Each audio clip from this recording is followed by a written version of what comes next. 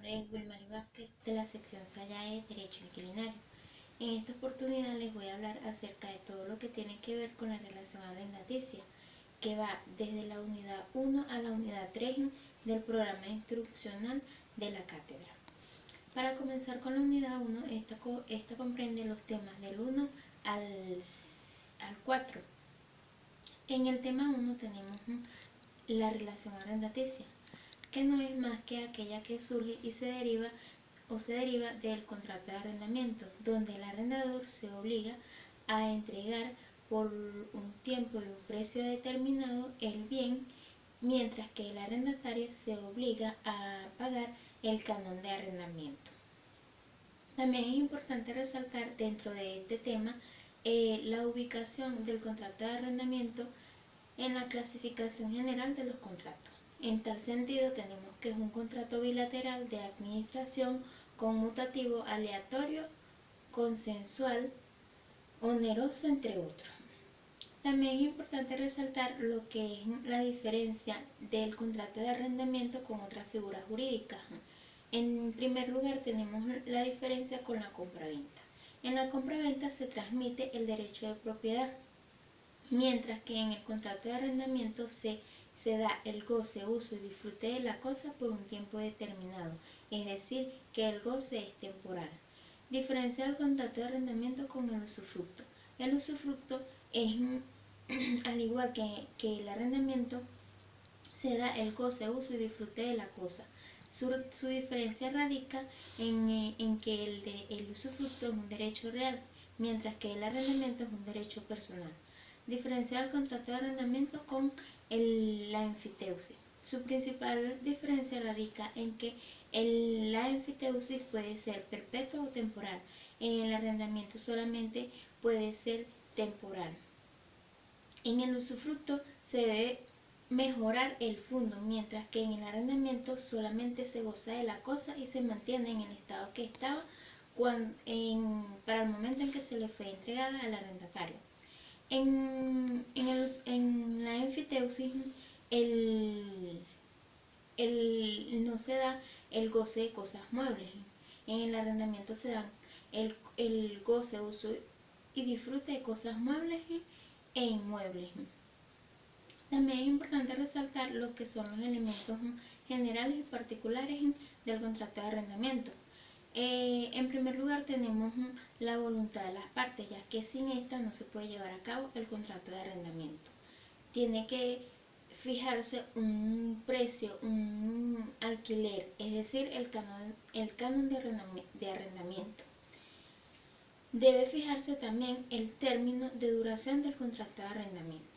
Para pasar ya a lo que es el tema 2 y 3, este comprende las obligaciones y derechos del arrendador y arrendatario. De acuerdo a lo establecido en la Ley para la Regulación y Control de Arrendamiento de Viviendas y la Ley de Regulación de Arrendamiento Inmobiliario para el Uso Comercial, tenemos que las obligaciones y derechos son aquellos deberes y privilegios a los cuales están sujetos el arrendador y el arrendatario al momento de formalizar un contrato de arrendamiento. Estas obligaciones y derechos deben establecerse en cada una de las cláusulas del contrato para evitar un conflicto judicial, es decir, mantener una relación sana entre el arrendador y el arrendatario. Estos derechos son irrenunciables, ya que de lo contrario el contrato sería nulo. En primer lugar tenemos las obligaciones del arrendador. El arrendador está obligado a mantener en buen estado la cosa que pretende arrendar. Debe mantener en buen estado el bien en cuanto a seguridad y sanidad. Debe entregar la cosa en el tiempo que fue acordado en el contrato de arrendamiento. Debe garantizarle al arrendatario el goce, uso y disfrute de la cosa durante la vigencia del contrato de arrendamiento. Derechos del arrendador. El arrendador tiene derecho a que se le pague el canon de arrendamiento dentro del lapso que fue fijado en el contrato de arrendamiento. Tiene derecho a que se le devuelva la cosa arrendada una vez vencido el contrato de arrendamiento en el mismo estado en que estaba cuando se le fue entregada al arrendatario. Obligaciones del arrendatario. El arrendatario está obligado a conservar el bien que se le fue arrendado. Tiene prohibido subarrendar y ceder el contrato de arrendamiento sin autorización escrita del arrendador. Tiene prohibido modificar la marca comercial. Derechos del arrendador. El arrendador tiene derecho a que se le celebre un contrato de arrendamiento tomando en consideración el acuerdo voluntario de las partes, y este contrato debe ser público. Tiene derecho a que se le fije un canon de arrendamiento de acuerdo a lo establecido en la ley. Para cerrar la unidad 2 tenemos el tema 4. El tema 4 comprende lo que es el contrato de arrendamiento. El contrato de arrendamiento no es más que aquel convenio que se lleva a cabo entre el arrendador y el arrendatario, donde ambas partes adquieren tanto derechos y obligaciones. Dentro de este tema también podemos resaltar algunos términos muy utilizados en el derecho inquilinario, como es el arrendador. El arrendador es el dueño del bien que se da en arrendamiento. El canon o pensión, que es el precio, el alquiler que se fija y debe ser pagado por el arrendatario. La cosa arrendada es el bien que se da en arrendamiento, es decir, que se alquila. El arrendatario es la persona que está obligada a pagar el canon de arrendamiento, es el inquilino. El vetustes es el deterioro por el tiempo o por el perecimiento de la cosa. La fuerza mayor es el deterioro de la cosa por causas naturales, es decir, no interviene en la voluntad de las partes. También es importante resaltar las causas de extinción del contrato de arrendamiento. Sabemos que las causas son aquellos motivos por los cuales se termina la relación arrendaticia. Dentro de estas tenemos las causas de extinción automáticas, que son aquellas que se producen de forma natural, como por ejemplo la destrucción de la cosa total o parcial, que imposibilite que el arrendatario siga gozando y usando el bien. En la muerte del inquilino, cuando éste no haya dejado herederos, en la extinción por confusión, y la extinción voluntaria, es decir, las partes se ponen de acuerdo y deciden terminar la relación arrendaticia. Tenemos las causas de extinción por solicitud, que se da cuando alguna de las partes solicita ante el órgano competente la terminación de la relación arrendaticia. Esta solicitud debe ir fundamentada en una causa legal, por ejemplo, las establecidas en el artículo 91 de la Ley para la Regulación y Control de Arrendamiento, como lo es que el arrendatario haya dejado de pagar 4 cánones de arrendamiento sin causa justificada.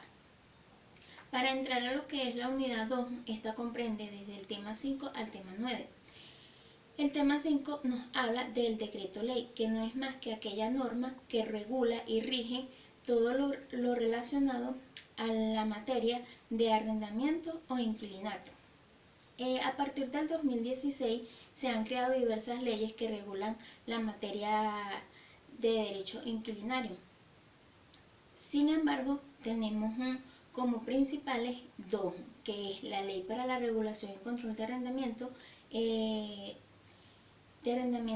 de Viviendas y la Ley de Regulación de Arrendamiento de Inmuebles para el Uso Comercial. Es importante resaltar que en este ámbito existe una jurisdicción especial que está compuesta por el Ministerio del Poder Popular para Hábitat y Vivienda.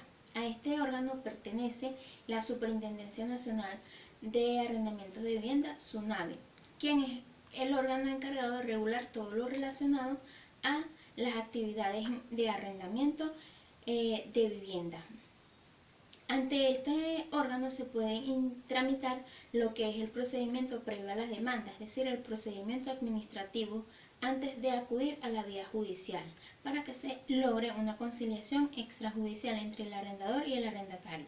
Se puede solicitar la fijación del canon de arrendamiento, la regulación del canon de arrendamiento, se puede solicitar el cálculo justo del valor a la venta, se puede solicitar la revisión de los contratos de arrendamiento, entre otros.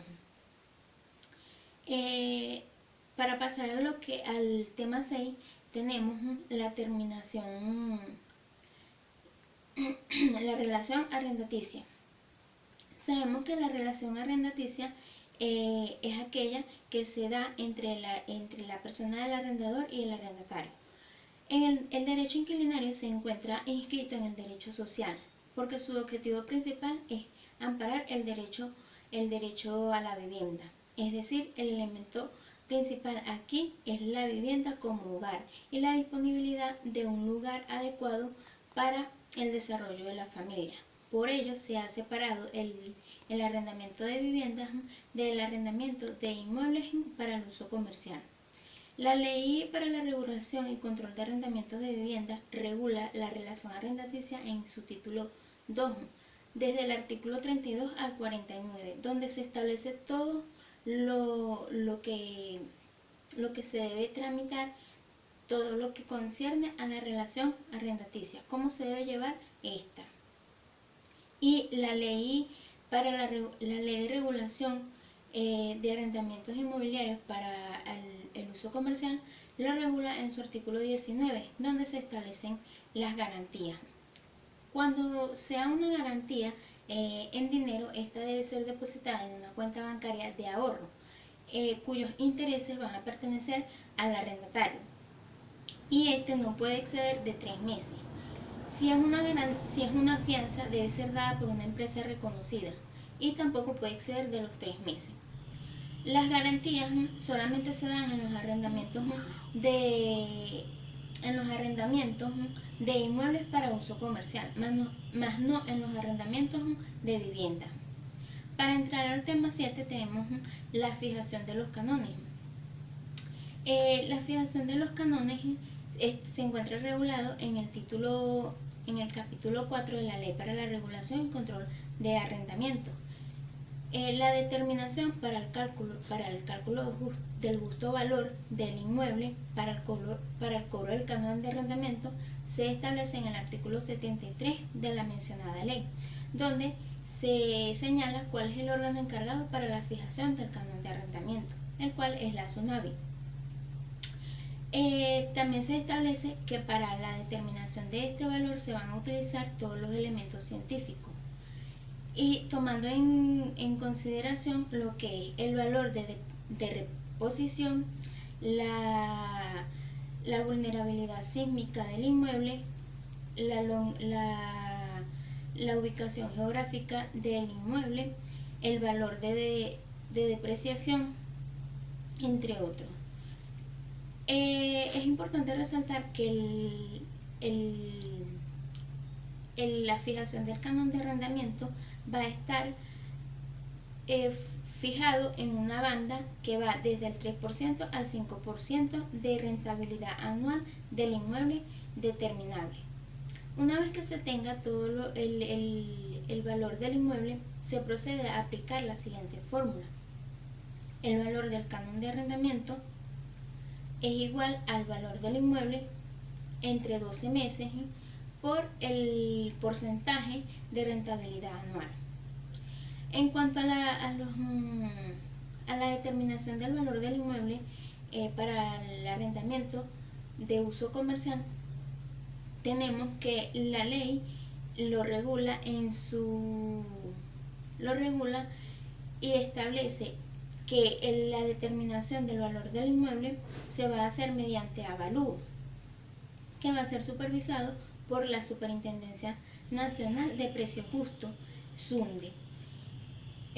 Aquí la determinación del valor lo van a hacer el arrendador y el arrendatario de mutuo acuerdo, siempre y cuando tomen en consideración los siguientes métodos: el canon de arrendamiento fijo, el canon de arrendamiento variable y el canon de arrendamiento mixto. El canon de arrendamiento fijo se toma en consideración como base el valor actualizado del inmueble, dividido entre 12 meses entre el área arrendable. Una vez que se obtenga el canon por metro cuadrado, se divide entre el área a arrendar por el porcentaje de rentabilidad, que puede ser 12% o 20% si se trata de un local comercial o de un centro comercial completamente nuevo. En el canon de arrendamiento variable se va a tomar en cuenta como base el porcentaje de las ventas realizadas por el arrendador, que se van a ver reflejadas en la declaración regular del impuesto al valor agregado IVA. En el canon de arrendamiento mixto está compuesto por una porción fija y por el porcentaje de venta. La porción fija no puede exceder de 50% y el porcentaje de ventas no puede exceder de 8%. En el tema 8 tenemos la terminación arrendaticia. Sabemos que la terminación arrendaticia es cuando se extingue la relación entre el arrendatario y el arrendador. Tenemos que esta puede ser solicitada por el procedimiento administrativo ante la SUNAVI,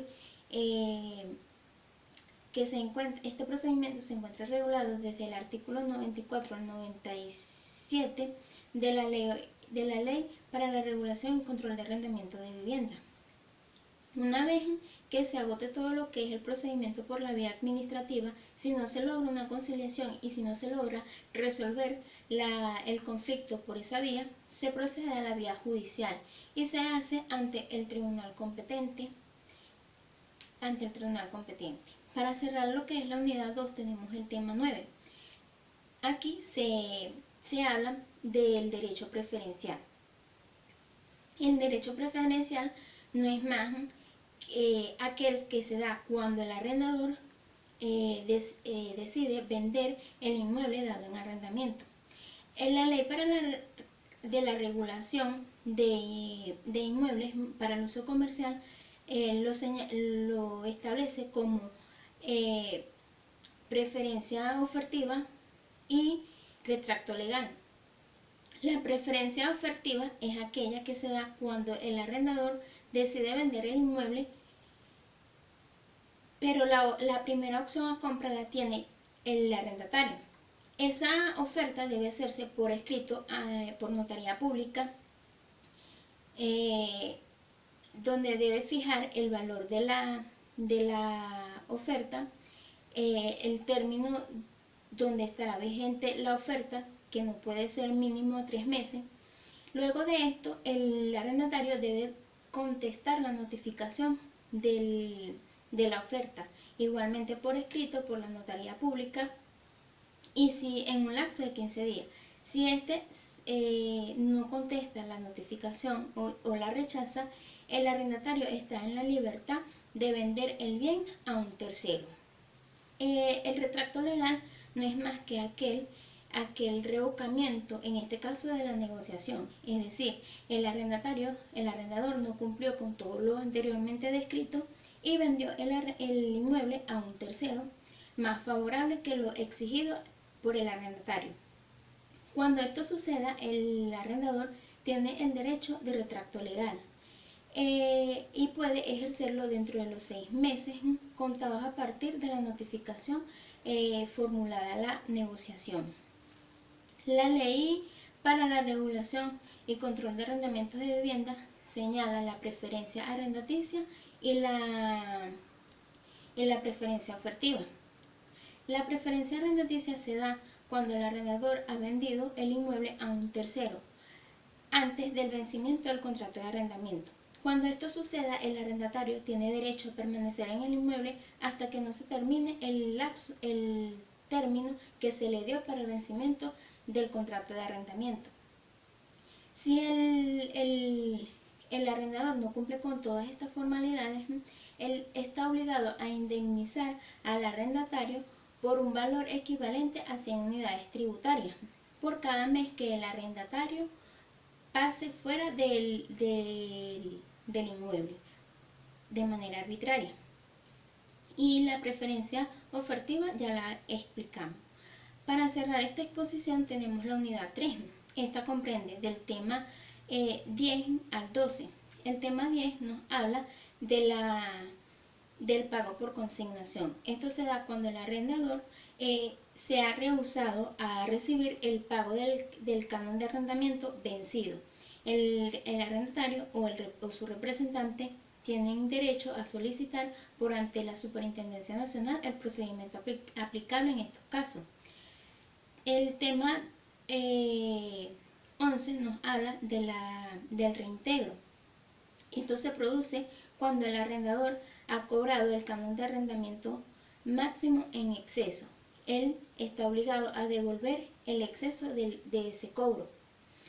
La responsabilidad del reintegro recae sobre el arrendador